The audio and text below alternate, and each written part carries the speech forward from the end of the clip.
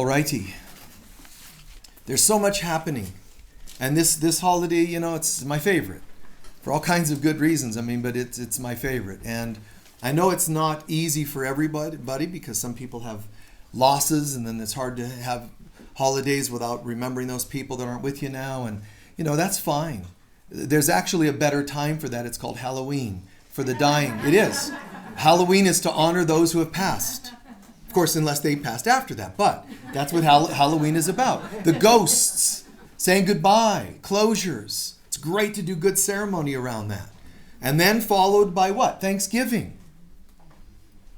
Giving thanks for what you learned, what you gained from those experiences and those people. And then, it clears us. Opens some room up inside of us so that we, go into the Thanksgiving time so that we're ready for Christmas.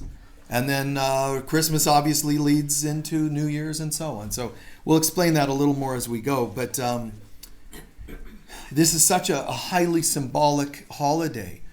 There's a saying, I think it was William Blake, who was an artist, he draws, carves, poet, did all these different things, but he was a mystic and a Rosicrucian.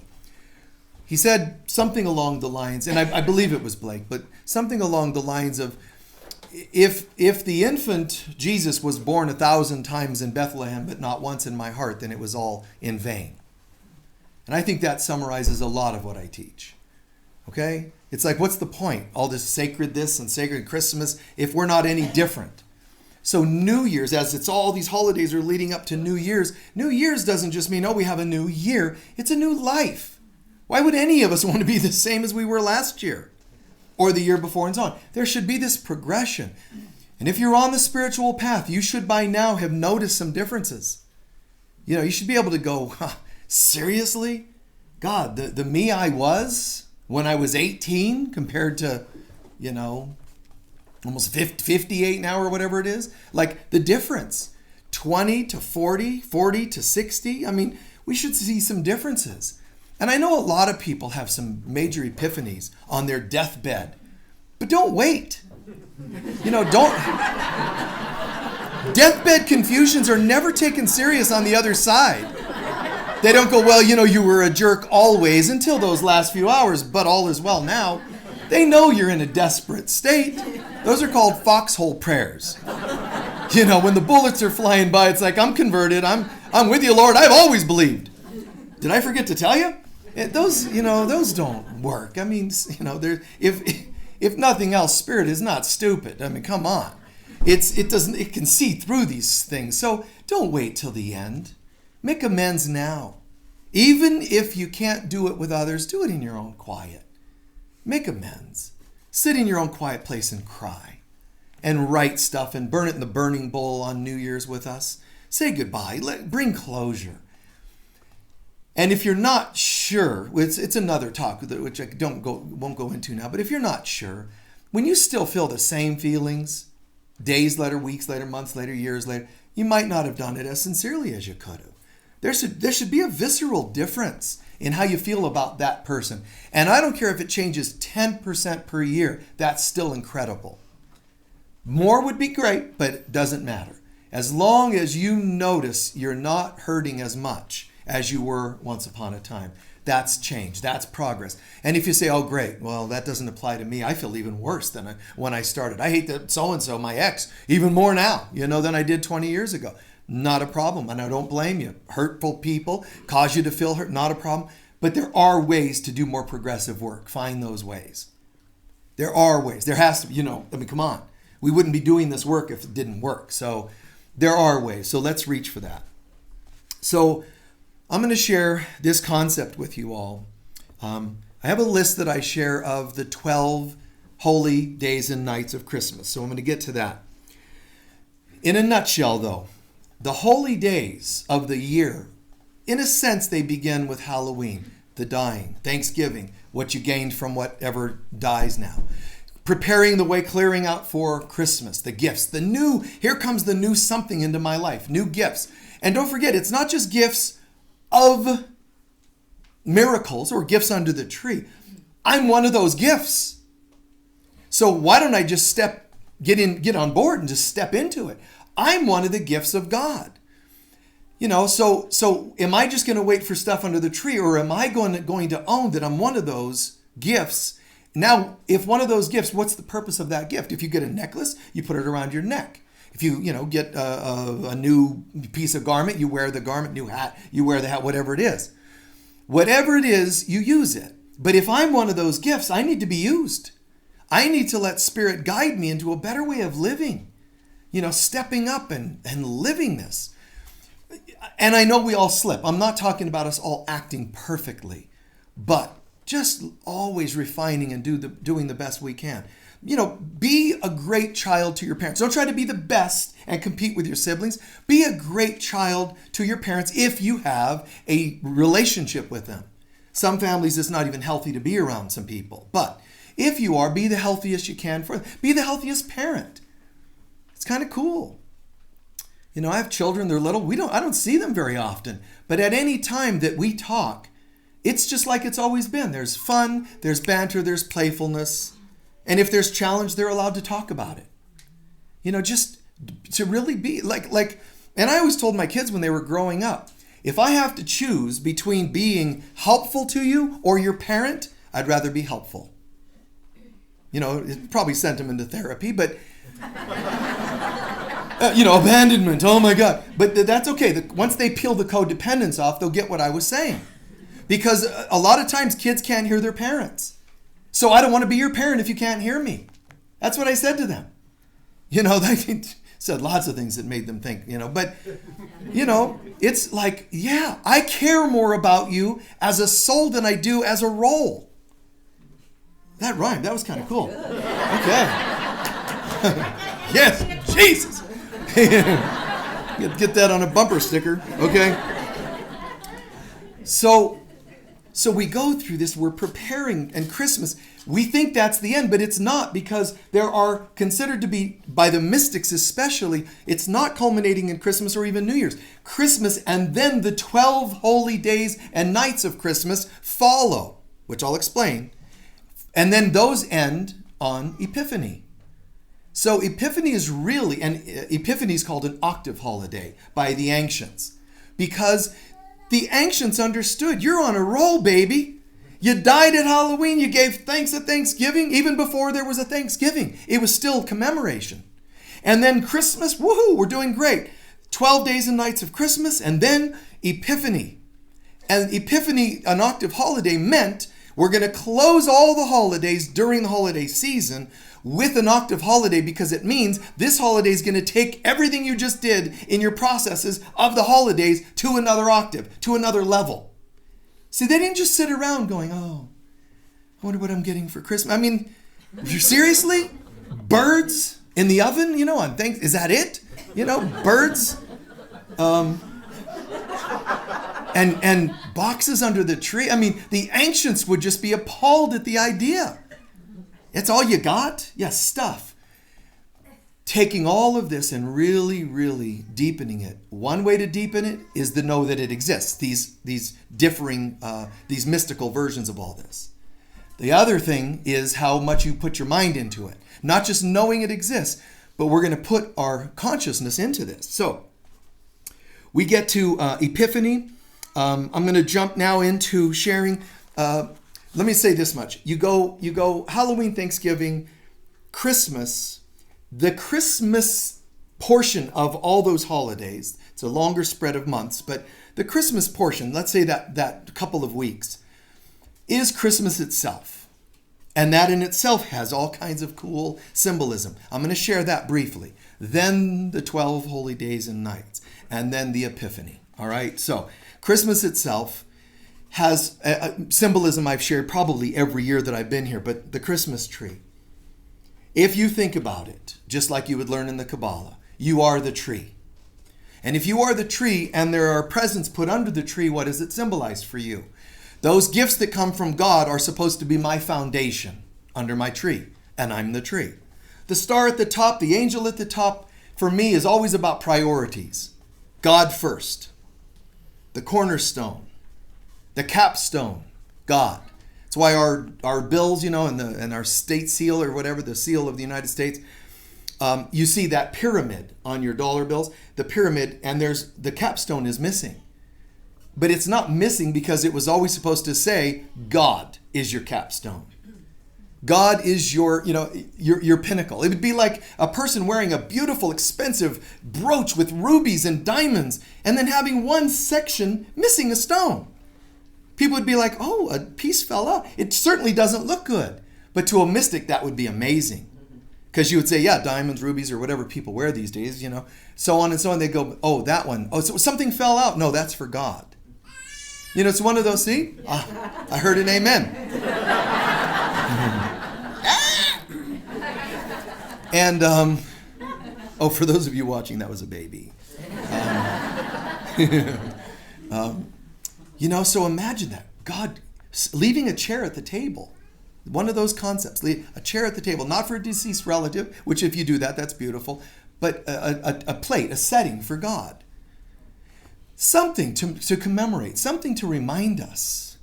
All over my house, there's something, there are angels or fairies or whatever. It's all, to me, part of the beauty of my life. But it also symbolizes the remembrance. There's something more than the material world. When you look at this tree, if you know anything, if you're an acupuncturist, how do you not notice the wires that are called meridians? And the lights that are called acupuncture points? This is just me, meaning you, me, any of us. So, how am I doing? It doesn't mean if you don't have a tree, there's a problem with you. I'm saying it's all symbolic. The ornaments, what do the ornaments represent? Maybe experiences that add sparkles to my life, my memories. And if there are, I know life experiences that you don't want to hang as an ornament, that's fine. Let them die in Halloween when they're supposed to. Give thanks for them in Thanksgiving. The Christmas presents are not just presents like gifts, presents. It's the presence of God. I say this every year, but I still love saying it when I say it. Wow. Seriously, how many of us go, I never thought of that. And it's okay to have not thought of it, but now you heard it. Now you can't forget it. Remember it in your soul. This holiday, man, this is about the presence of God. So if I get 1,000 presents under the tree, but not one in my heart and soul, what's it done for me? What value is there to gain the world and lose your soul? Get our priorities straight. There's even the 12, on the first day of Christmas, the 12 songs, the 12 days of Christmas, the song. First day of Christmas, my true love gave to me. My true love in that song, although on the internet, if you try to search things, I don't even bother because there's always people arguing about what things mean and where they came from. So I don't bother. I just know in my heart what is. But my true love gave to me. When people made up this 12 days of Christmas, they were talking, the true love was God. But during the time the song was developed, one thing we know is it was a time of the Catholics and Protestants really going after each other. So even though we know that the Catholic Church has had times of oppressing other people and beliefs, they also had a period where they were running for their lives. During that time, some historians believe they kept their catechism hidden in the song, The 12 Days of Christmas. So my true love gave to me was God. A partridge in a pear tree was the Christ, Jesus. On the second day, 2 turtle doves represent the Old and New Testaments. The third day of Christmas, the 3 French hens were the Trinity, faith, hope, and love, or the gifts of the Trinity. Fourth day of Christmas, 4 calling birds. It's actually not calling birds. Everybody sings it that way. It's collie birds, but that's another story. That represented the 4 Gospels. The 5th day of Christmas, my 5 golden rings, which people think it's like Ringo Starr used to wear rings on every finger. The 5 golden rings were it's a pheasant that has 5 rings around its neck, but that too is another story. So that represented the 5 books of the Old Testament, the Torah. The 6th day of Christmas, 6 geese a-laying. I love that because 6 geese a-laying like eggs. It's creation. So it's the 6 days of creation. 7th day of Christmas, 7 swans a-swimming, representing the 7 gifts of the Holy Spirit, prophecy, ministry, compassion, etc. The 8th day of Christmas, 8 maids a-milking. That's the 8 Beatitudes. 9th day of Christmas, 9 ladies dancing, the 9 fruits of the Holy Spirit, love, joy, peace, patience, kindness, generosity, etc. The 10th day of Christmas, 10 lords a-leaping, the 10 commandments. And the 11th day, the 11 pipers piping, the 11 faithful apostles. The Catholics didn't like Judas for some reason. So they called the 11 faithful, Let's throw that in there, The 12th day of Christmas, the 12 drummers drumming. And that's the 12 points of the doctrine in the Apostles' Creed. If you know the Apostles' Creed, some of you might remember. So that was their way of being able to sing their song and keep their catechism, keep their thoughts alive, their beliefs alive, their belief system alive. So whether you find it to be true and historic or whether it's just a theory from some, that's one more part of Christmas. Part of my point is look at how much there is hidden behind everything. Presents, the tree, the meridian, that's me. Am I alive or not? And don't forget the greenery of the tree represents life in a dark time of winter. So it's all about, there's always hope, there's always life, there's always light. Get your priorities straight. God is your foundation and God is your crown chakra as well. It's just like these people keeping their catechism alive. Find a way to sing your faith, man. Find a way to sing and feel your beliefs. Bless you. When I was a kid, it wouldn't have been real fashionable or cool to walk around my high school and talk about Christ consciousness and so on. I mean, people would have thought I was a little out of it. Oh, they did think already that I was a little out of it, but it wouldn't have been very fashionable or vogue. So I found my way, and for me as a kid, it was music. I've shared many times.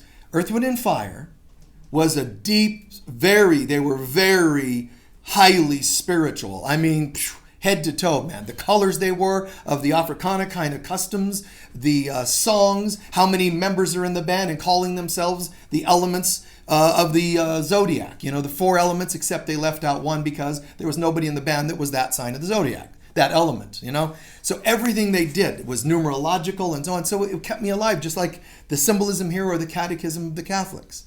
Find something that you can sneak it in there. Even if you're going, well, my place of work, we're not allowed. There's always a way. Something. Even if you're only allowed to put one ornament of some kind, one little symbol on your desk, let it be something that reminds you of the presence of God in your life. It could be one star hanging on your bulletin board or whatever those things are. It could be your screensaver. Something. Preserve something for yourself. The 12 holy days, nights of Christmas. Now, this gets pretty deep, but hang in there. I'm going to give you just an overview. Now, this again is a really auspicious time to deepen the Christmas and our personal and spiritual experience in life. The magic of these days are really rooted in mysticism. I mean, mystics understood that mystics used to tie the zodiac and the cosmos into everything. Everything was connected once upon a time. The more we lost faith, the more we split our minds and became faithless, we started analyzing and intellectualizing. We started splitting, science and religion, spirituality from this, astronomy is a science from astrology. We kept segmenting everything off. Kind of Aristotelian, everything, everything we could, so that everything's separated and split off, forgetting, the oneness of everything. So the mystics knew that each of the 12 signs of the zodiac of Christmas are under the direct influences of the 12 signs of the zodiac. So the mystics knew that there are 12 days of Christmas that were celebrated, but they didn't just go, hey, how you doing? Oh, I'm all right. It's third day of Christmas today. Oh, yeah. Like it wasn't flat. Every day for 12 days, you moved through one sign of the zodiac in 12 days instead of 12 months. Is that making sense so far? I'll explain that more. All right. And this goes back before Jesus. Sort of as an effect of the time of Alexander the Great, calendars were changed. He just could do anything. So calendars were changed. And one thing that happened was they figured we're going to do a solar 365 days of the year. The problem was there were other cultures in the world, but less known, that celebrated a lunar experience. And it didn't match up. So it ended up where the solar days are 365 and a half, so we have our leap year and all that. We have our time to make it up. But The math is as follows. 364 days if you do the lunar cycle. So there's 12 days short of the solar year. So some cultures would go, okay, here we are. We went through our solar year, 365 and a half days. The lunar people would go, well, ours ended days ago. So there's this period of 12 days. Before we made 12 holy days, nights of Christmas, the ancients were already saying there's already 12 days and nights that are kind of unknown. What do we do with those? You follow so far? It's like strange. Then they realize the mysticism of that. It's when the solar rays will now directly come to the earth, not to be buffered by the lunar. See, the Holy Spirit plays the role. She's the moon. They call it the man on the moon, but it's not. It's really, she represents the female more than the male. So the moon is saying, you can't look directly at the sun, and the sun representing the pure light of God, but I love you so much, I'm going to reflect it to you. That's the mother, the love of the mother.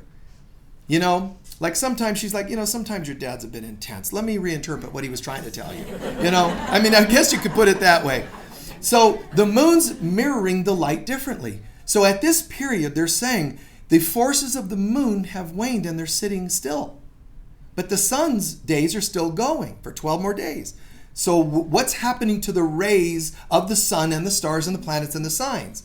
So here's what happens. Instead of it, sun, which shines upon us and warms us physically, illuminates our day physically, symbolically, what ends up happening is the lunar influence seems to wane, and for 12 days and nights, the solar and celestial rays of the planets and the sun beam into us like they always did, but more directly in our hearts rather than just on our skin. Then there's more. Wait, there's more. During the 12 days, the mystics realized it shines its light, the stars, the zodiac, and so on, for all those days. But during these 12 days, it's in our hearts and souls. What happens is we start beaming out to it. So throughout the year, it's beaming its light into our hearts, and for 12 days and nights, our hearts get ignited and start beaming back. Is that making sense? Here's what you're doing during those 12 days and nights. Instead of the solar and the celestial influences saying, here's the influence of Aries, Taurus, Gemini, and on throughout the month, throughout the year, what's happening instead is that our hearts and souls for 12 days are placing our order. Here's what I would like this year. But we don't know it, so people just live flat.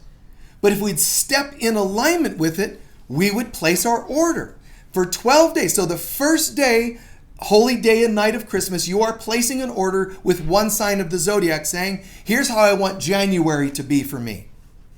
The next day, here's how I want February to be, and so on. But people have to become more conscious of these things, or it's just your flat order is going to give you nothing.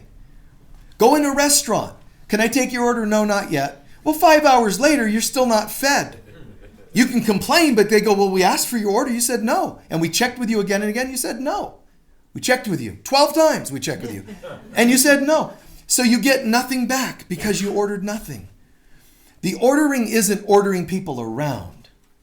It's choosing to be conscious. And I'm going to get to that. All right. So what I'm going to do now is just breeze through the 12 days, which are going to start soon. All right? Cool, huh? You're coming soon to a life near you. First, instead of following Aries, Taurus, Gemini, the signs of the zodiac, it starts, the 12 holy days and nights of Christmas start with Virgo. Because tonight at midnight, it all begins, the birth of the Christ through the Virgin. It's all symbolic. I don't care if you literally believe in virgin birth or not. The Virgin is the first night of our series, all right? Now, and it really fits perfectly because of the virgin birth. On the Virgo day night, we should contemplate whether or not we're ready to accept our original innocence. Rather than all the opinions of guilt and shame we've accumulated over the years, usually causing us anxiety and low self-worth. On this Virgo day night, which will be all tomorrow, we also must authentically discover that for us to birth the inner God goddess, it's essential that we never lose our sense of humility. They were born in a manger, the symbolism. So be the virgin birth. You are the Christ. Whoa, look at me. I'm told I'm the Christ. Yeah, but be born in a manger. Don't shout it, spout it. I unfortunately, a lot of colleagues and spiritual leaders, whether they're new at it or long-term in it, they get this virgin birth. They get this birthing, even if it's a little or a lot of this God consciousness, something comes to them. And they start spouting to everybody how holy they are. I'm an amazing channel. Hi, nice to meet you. I channel from the 89th dimension. Where do you channel from? Because whatever you say, theirs is going to be higher. My beliefs can beat up your beliefs. It's like, it's so infantile. And that's going to somehow intercept, mess up their ability to channel anyway. Just the lack of humility. So today we're starting this virgin birth. We're talking about starting this virgin birth tomorrow. Never lose the humility. Still born in a manger. Second day, Libra. This is often known as St. Stephen's Day, by the way. He was a martyr who got, at the time he got persecuted for his beliefs. So the second day of Christmas, meaning, we start tonight at midnight. You have your first day of Christmas, Christmas Day. Then you've got your next day. On the next day, it's technically Libra Day. It's not just Monday or Tuesday or Wednesday. It's not just the 26th or 27th. It's not just date and calendar. It's Libra Day. The day for you to make up your mind what you believe in and stay the course. Okay? Show your faith, conviction. It's about learning to improve our ability to discern and make decisions with greater clarity and alignment with our higher good, followed by conviction, even if persecuted. St. Stephen's Day, right? And that doesn't just mean persecuted by other people, right? Our own head. Who are you? Who do you think you are? There are people that, if you don't know this, the statistics say when people win the lottery, most of them go broke again shortly after. There's all kinds of linear reasons for that. They get preyed upon, they get taxed first. Then they get preyed upon by people that are trying to rip them off. And then there's family members. You'll find you have family members you never heard of that show up. There's reasons logistically why they go broke. But you know what the main reason is? The lack of deservability. You win in the lottery does not mean you have the consciousness of the lottery. It means you earned it somewhere, sometime in a lifetime, and here it is. But you getting a gift does not guarantee it stays. We have to adapt our mind to believing it. So that Libra bit, man, I got to watch for the thoughts in my head that say, yeah, but no, you don't deserve, and because it sabotages our lives. The third day of the holy days and nights of Christmas is Scorpio. Now, the Scorpio is often symbolized, one of the symbols of it, if you don't know this, is an eagle or phoenix. Scorpio day or Scorpio, but the Scorpio day and night of Christmas is also called the day of St. John. St. John, or John the Apostle who wrote the Gospel of John, was also symbolized in all the Christian art. There's often 4 creatures around the Christ or Mary. Those 4 creatures represent the 4 Gospels, but there's a symbol for each of them, like the eagle or the bull or whatever, for the fixed signs of the zodiac. So St. John is known to be the sign Scorpio, but it represents that element, the eagle, or in this case, it's also known as water. So he's also known as the mystic apostle. So he's all about, let's see the bird's eye view. The eagle, phoenix, Scorpio's about seeing the bird's eye view. Access the Scorpio in you that day. Sit back and go, I want to look at this from a bigger picture. Look at what? Not just the day. I'm committing to this birthing of this in my life. But definitely this day, because on that third day, Virgo, Libra, Scorpio, on that third day, whatever you do and don't do is going to show up on that month. Is that making sense? So you watch. So Scorpio is all about that day, man. It's all about soul searching. See if you have anything you need to release on that third day. Although Scorpio gets a bird's eye view, the bird's eye view can tell you if you've missed anything. Get an objective viewpoint about resentments and unhealed wounds. All right? Now, because you can't reach the heights with the weight of the wounds. It just doesn't work. Holy night of Christmas, or holy day night of Christmas, day number 4, Sagittarius. That is thought to be the day when Herod had the newborns killed. Now, the symbolism is all about learning about your setbacks. And the main thing to learn during that day, commit to it because it's going to affect you when that month rolls around. So what you do is you recognize the 4th month of the year is going to hold the energy you do on the 4th day of Christmas. So be aware, setbacks. What do I need to learn about setbacks? First of all, that nothing of true value can be a setback. What if my setbacks involve losses? Anything of value to me could not be taken. I know I might want it, but who's the I that's talking? If it's the God I, it's impossible for the God I to say, wow, I really needed that more than anything in the world and it's gone. That's not how it would work. If it's gone, it must be that that's not relevant to me anymore. What can I learn from that? So it's really about recognizing we can't truly lose anything. So here you're talking about what sign of the zodiac? The 4th night, Sagittarius. What's the symbol of Sagittarius?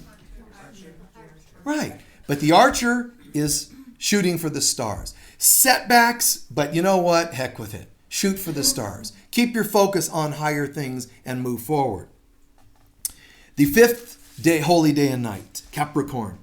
Now, the ancients often refer to Capricorn, the sign, the symbols, as the gate of the gods, the sign Capricorn in the heavens, the gate of the gods, because they believed if you were evolved enough to walk through the gate of the gods, you would ascend. You could achieve anything, even on earth, right? So the Capricorn day-night is related to the need to cleanse ourselves and addictions. So watch that at that time. On as many levels as possible, watch. What do I need to cleanse, including addictions, during that day-night? And you'll probably see something roll around that month, that 5th month. In so doing, we might even reach the heights of a new life. Because if I'm going to commit to working through my addictions on that holy day night, it's symbolic of me astrologically walking through the gateway of Capricorn, which means into a new life I can accomplish anything. The holy day night, number 6, Aquarius. This sign is often connected, by the way, to King David. Now, a lot of historians say that King David was every bit the king that Jesus was. King David was the physical king version, the ultimate version of the king. A lot of people associate King David with King Arthur because of the devotion to God. But King David is thought to be the numero uno in terms of the risen man, the king. But it also is the metaphor of the queen. But King David, Jesus was what David was physically, Jesus was spiritually. So they call this the new man, meaning the Aquarian man. And just because we say the Aquarian man, it doesn't mean male, this is just symbolism. So the Aquarian day-night calls us to discover how to be perfect and balanced gods and goddesses. A blend of Jesus, David, Mother Mary, Magdalene, any, duality you want to use. We also are called to move beyond thinking that we know everything and instead practice thinking as a we. It's very important for the Aquarian part of us to stop saying, I already know, I know so much. This means making choices that considers the needs and opinions of others, serving the greater good, because Aquarius is the sign of humanitarianism. Aquarian is we. We. And I've made jokes about this a little bit recently where people are saying, hey, Michael, I really, would like to attend your services, but I don't because I don't believe in group things anymore. The New Age is all about being on our own. And I'm like, what the hell have you been studying? Like, what are you talking about? Like, that's kind of bizarre. Did you not hear? We're entering the Aquarian age, which is about we. Humanitarianism, oneness, not singling out. So it's kind of funny. They're thinking they're evolving by becoming individuated. Individualized, and it's not. You have to learn to become yourself and then humbling and blending as a we. Collaboration, baby. So the next, Pisces. Now, this is typically symbolized by a fish going one direction and the opposite direction. So one is swimming symbolically towards higher growth, and one of them is swimming downwards. So the Pisces symbol is, are you going to rise, swim upwards? The fish, the symbol of the Christ self, are you going to go upwards? Or are you just going to swim downwards into self-gratification? So Pisces has a lot of duality to it. So, and this is also kind of cool because this is the end of when we get to that day in this 12 days and nights, it's actually the end of December. Very, very beautiful, very symbolic. So it's the end of December. So it's also the end of the 12 signs of the zodiac, and yet it's also ending on the end of December. So very, very cool there symbolically. So it's clearly about endings. So the last day of the year astrologically and based on the 12 days nights of Christmas is about die well. Endings. That night before New Year's, man, that die, man. Look at what you're ready to let go of and come out here and do our burning bowl ceremony or have it at home. If you're watching from a distance, have your own. Create your own safe way to have, your little burning bowl ceremony. The Piscean day and night also calls us to go with the flow, the fish. Go with the flow of life. It also is about moving through the early, clumsy stages of our beliefs. So when we go through this Piscean day, I'm going to move more into new levels of spirituality when Aries comes tomorrow. Pisces, I'm dying of the old, but I'm kind of new at this. Now, I'm not saying we're all new. I'm saying look at it as though maybe there's some new things I'm going to start trying out or wearing as a thought system, but accept that some of it will be clumsy. And it also urges us to make a choice to swim in the direction of spirit. Okay? Pisces is often associated with addiction, but we've talked about addiction in another sign. Pisces, though, that duality, the fish swimming towards God or towards self-gratification.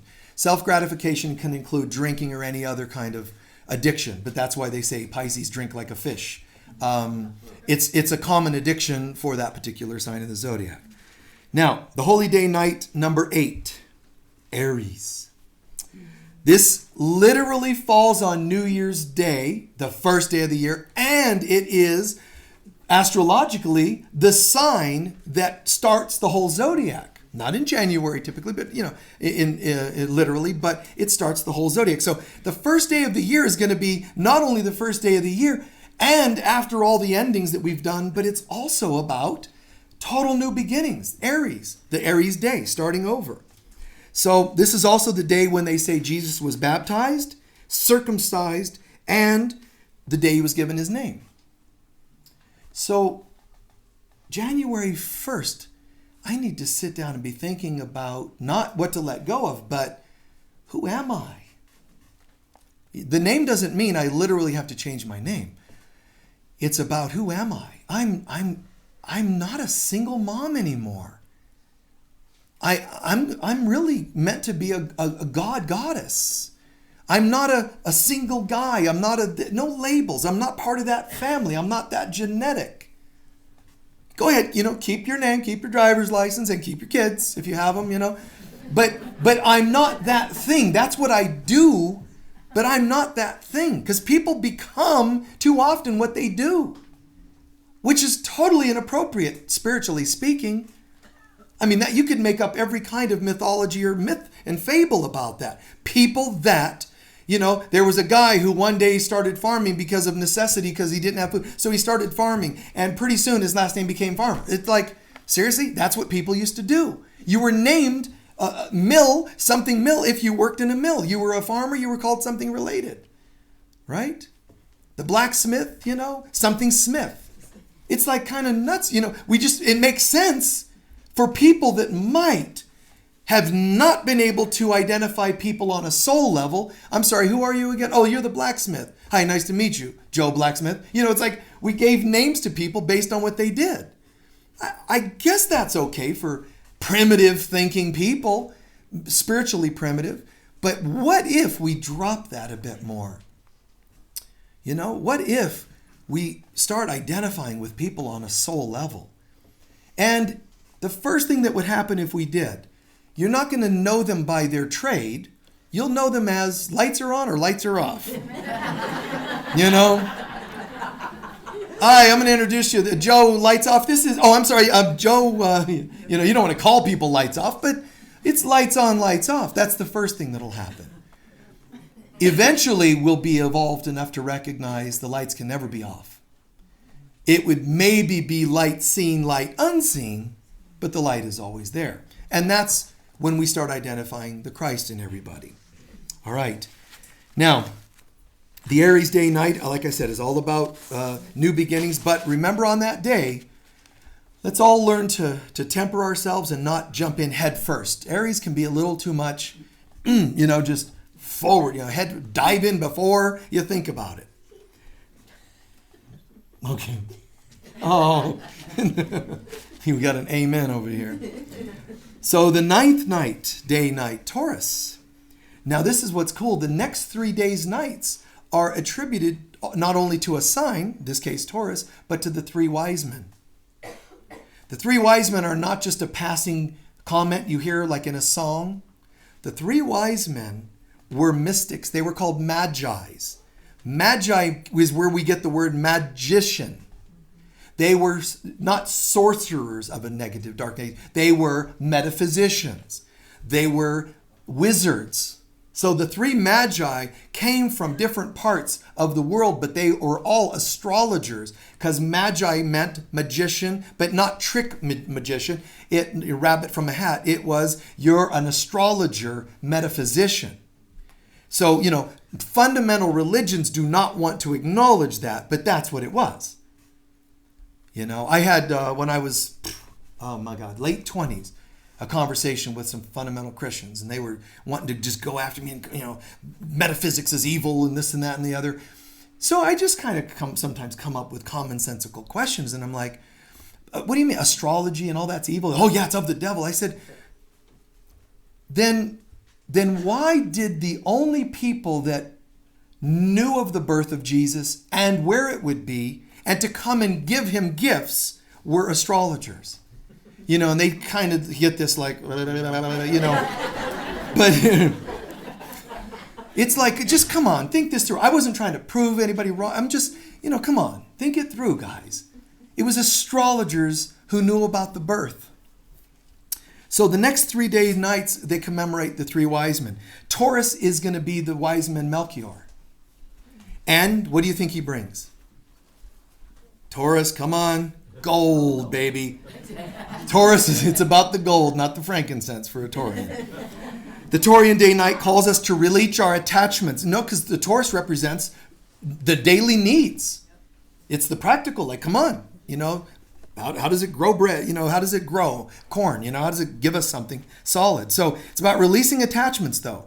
The Taurian self that day needs to practice releasing attachments to material things. It also reminds us, though, the Taurian that day reminds us, you can manifest gold out of thin air. Right. Don't attach to it, but recognize your ability to be prosperous. If you could extract the Taurian from us, we would have a much greater difficult time being prosperous in our lives. It represents you can work magic. This magician says you can work magic. Gold, baby. This means letting go of limited beliefs that abundance comes from material means rather than from God. So the holy, enlightened Taurian, that symbol, the round symbol, the head and the horns being open like this, that symbol's supposed to represent, here I am. My head saying, I surrender. So when we embrace the proper Taurian man, it all comes together. So we have to learn how to trust God to supply our daily bread and all needs. Okay? Gemini, 10th day night. We're almost done. That's the next of the 3 wise men, Caspar. All right? He brings frankincense. Now, in saying that, that the first wise man, Melchior, brings gold, what he's saying is you are a king. You deserve gold because you're a king to Jesus. That's the symbolism of him gifting Jesus gold. When Caspar brings frankincense, he's recognizing him as a priest, a spiritual symbol.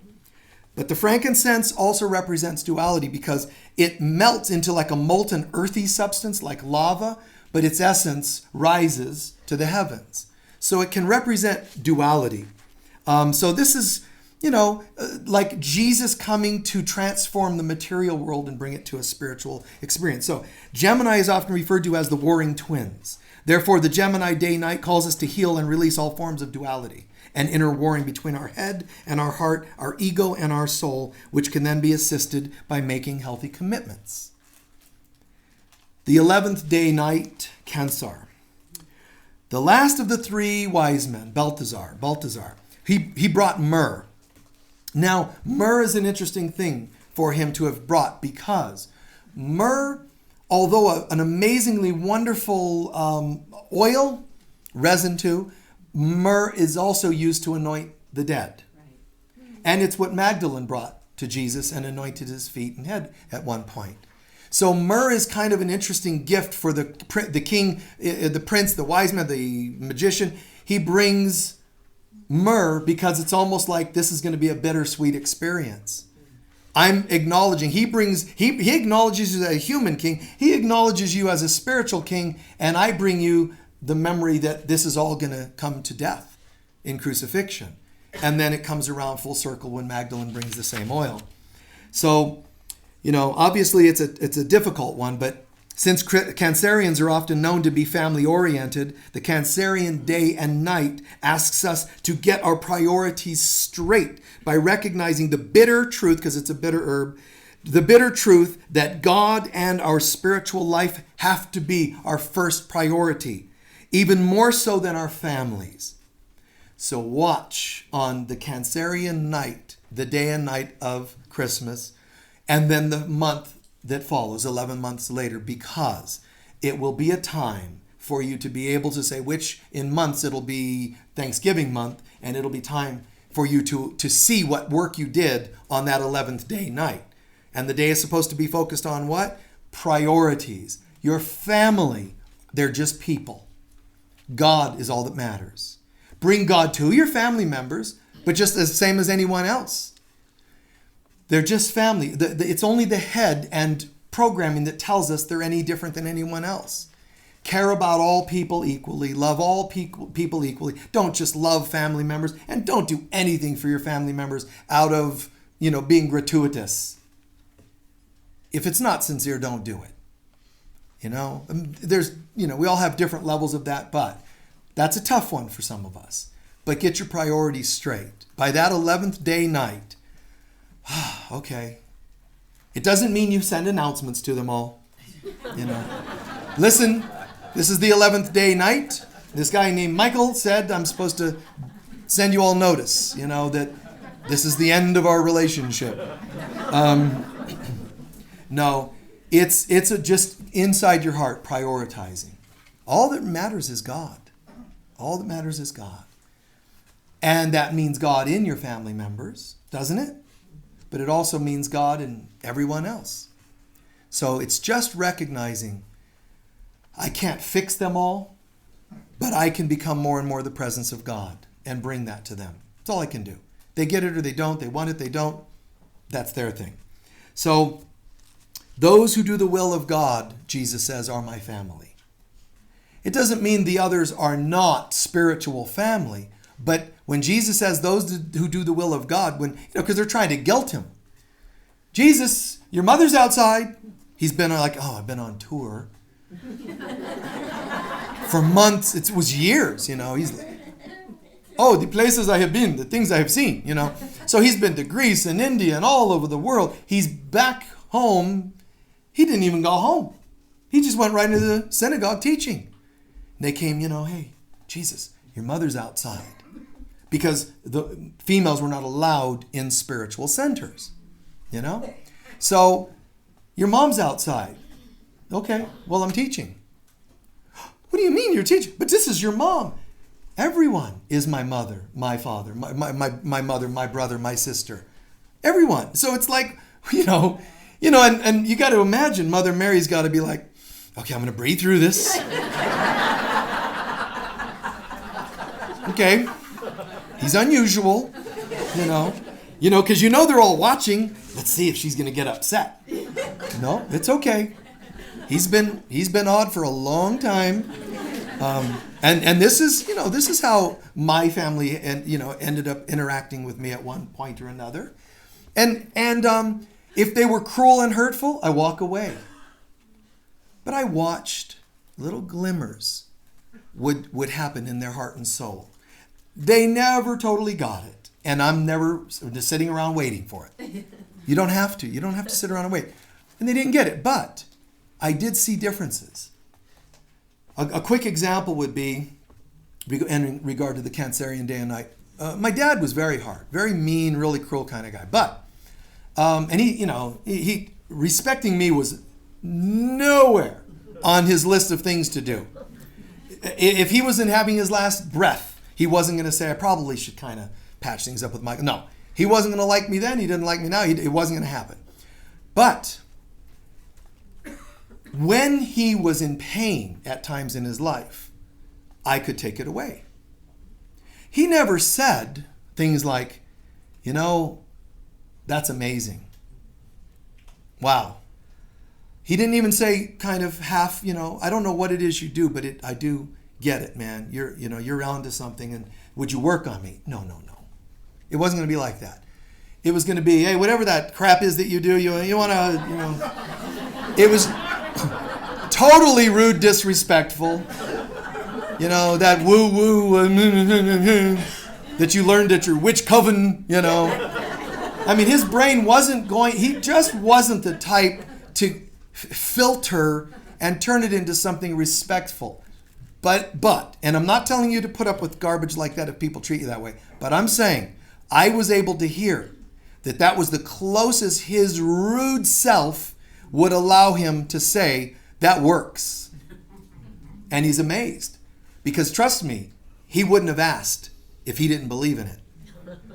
So you never know who's going to reach out to you. You just don't. A brother of mine didn't believe in this stuff, and he would tease me and be rude, when I was still, studying at 20 years old. And he would be rude and he would tease constantly. And then one day he had a really intense middle of the night, like 2 a.m, dream. Really shook him up. And he too, like my dad, he was really a hard guy. So he wasn't afraid of anything. And he gets this nightmare that shook him up. He calls middle of the night, hey, I just had this dream, man. I know you're into that stuff, So, can you, kind of tell me what this means? And I was like, inside, I'm like, oh yeah, I can tell you what that means. You're going to die. No. Not really. But I probably thought it, I'm making light of the fact that guys, they don't always come to you respectfully. But that moment, you have no idea how huge it was for a person like him to call and say, I had this dream. What does it mean? I could say all kinds of things, and I could say, well, and you're going to be tempted as spiritual people to say, well, hold on, I'm going to just check in. No, you've been mean to me in my spiritual beliefs, so I'm guided to not give you any help. That's just not God talking. That's your hurt feelings talking. I'm not telling you guys that you should enable those behaviors. Stay safe, stay sane, and take care of yourselves. If people are rude to a level you can't handle, you should walk away. But I'm saying, the more we recognize who we really are, the more that stuff rolls off. But there's a difference. Rolling off of us when we're actually still victims is not the healthy rolling off of us. Because it isn't rolling like you think it is. It's absorbing, and you just think it's not. But you do get to the point, and you'll know it. You'll know it. If you still doubt it, don't risk it. Get some space. But you'll know when you can handle it. Because there's actually a smile inside. Just like, 2 a.m. Oh, look at the time. Oh, so it was a disturbing dream. Kind of scared you, I see. And you're calling me for some help. You soak those moments in, but there's a little bit of levity to it. And you know what? Honestly, if he heard me, we hung up, and the next day he was still the same rude person, it would not have changed the fact a soul was in trouble, reached out, and I helped him.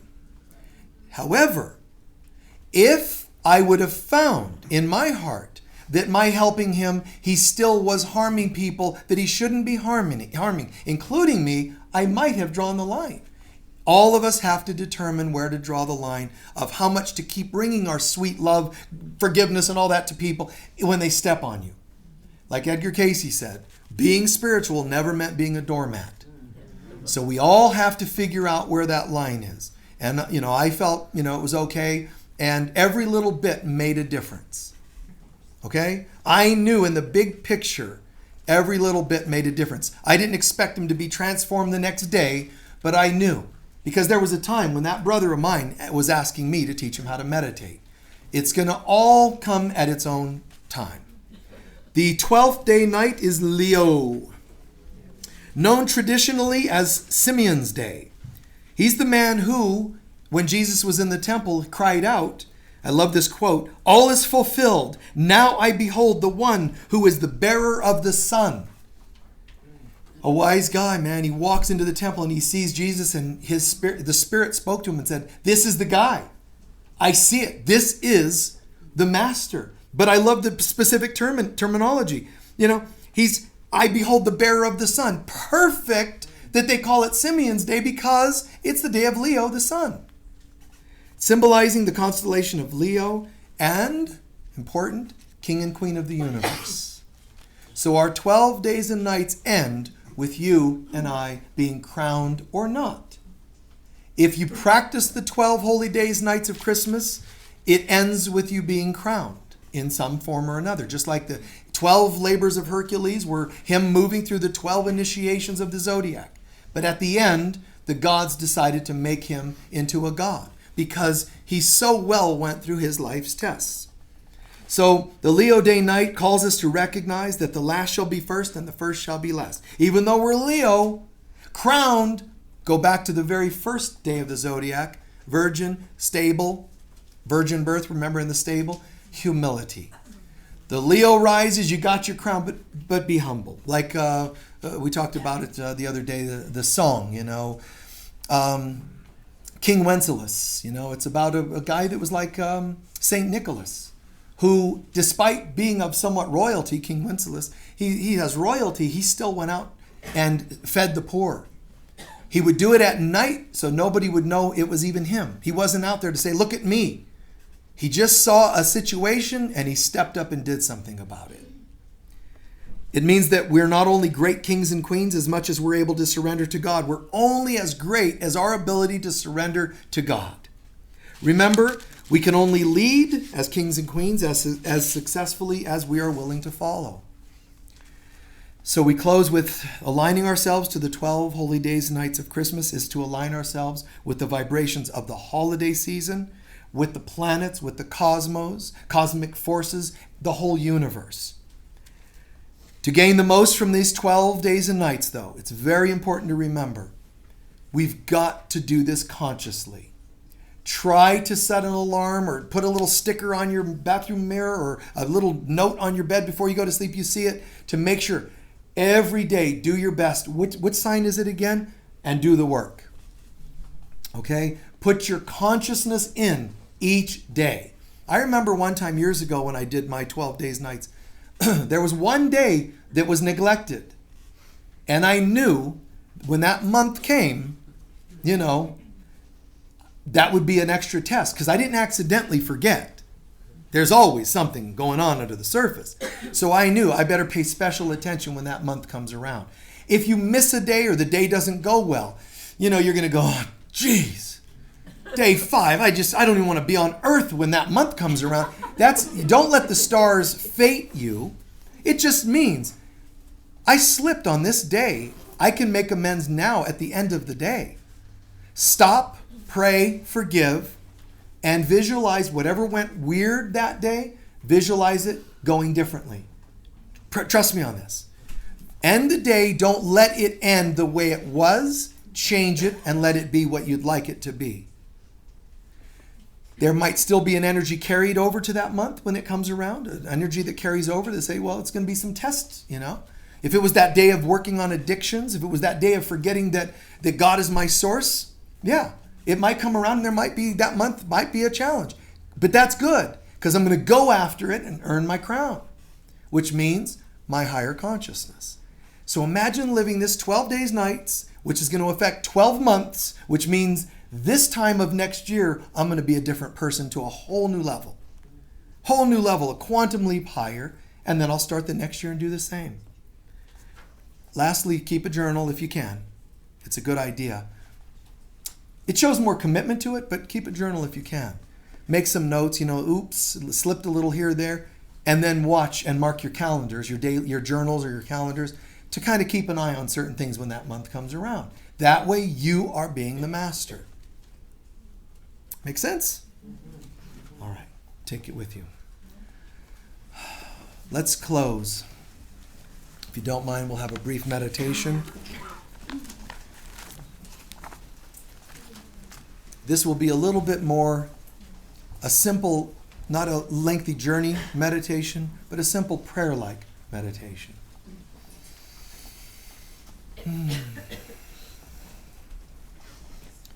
Setting all things aside, the mind resting, and after just this few minutes, we'll have our closing song.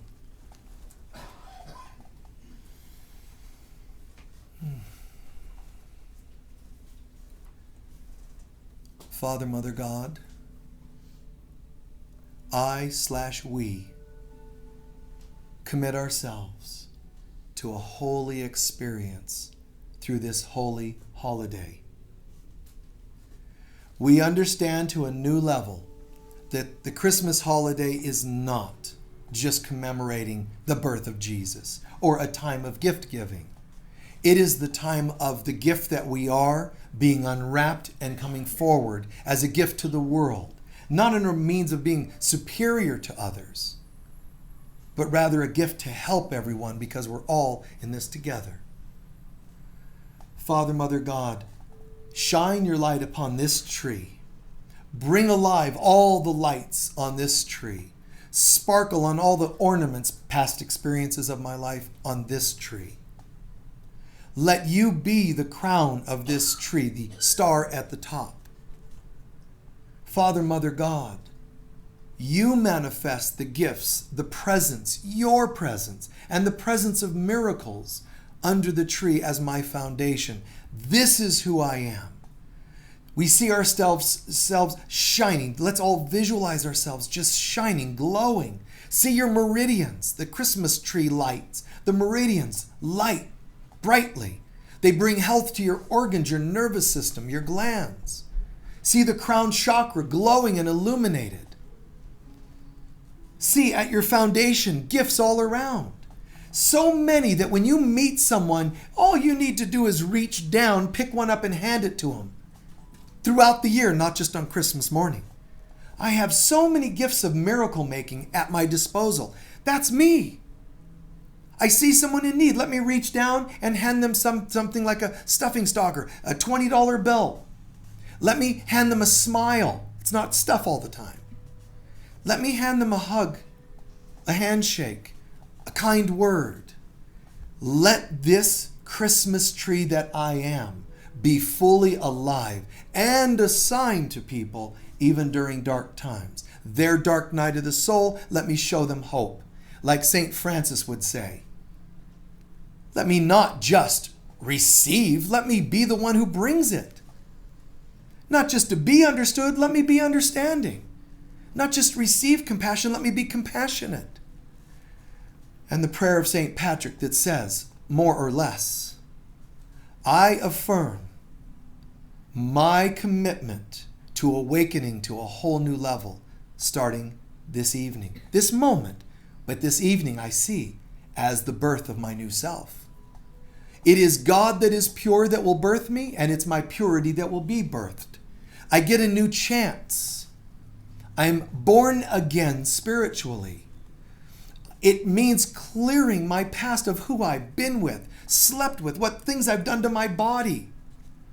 Shames, guilts I've carried, regrets. Not anymore. I let them die with the previous Halloween and give thanks for what I learned from them in Thanksgiving, even though I'm past those dates. I can do it now and say, here I am. I am the chalice empty, so that you can fill this grail with your presence, Father, Mother, God.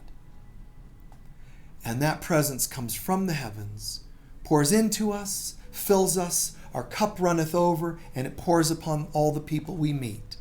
We become Saint Nicholas, the presence of Christ like the Christ child, but on the earth, Saint Nicholas. Bring the gifts to all the needy children. And it's a metaphor, all God's children. When they're struggling, somehow inspire them. Tell them about the right book or website to read where they might be lifted. Tell them it's normal to go through dark times so that they don't feel flawed. Be an example. And when you slip, pause and let others bring their light to you today. Because everybody needs a break sometimes. We close with seeing this, feeling this, absorbing this, and already giving thanks in advance that this is already happening. We're going to launch into these 12 days and nights. We're going to breathe them in and integrate them. We'll be different 12 days and nights from now so that Epiphany can launch us to a new octave of everything we just did. More effortlessly, we rise to new consciousness because we committed to this, and then the new octave comes in and kicks it into gear. We feel that overwhelming gratitude in our hearts and souls.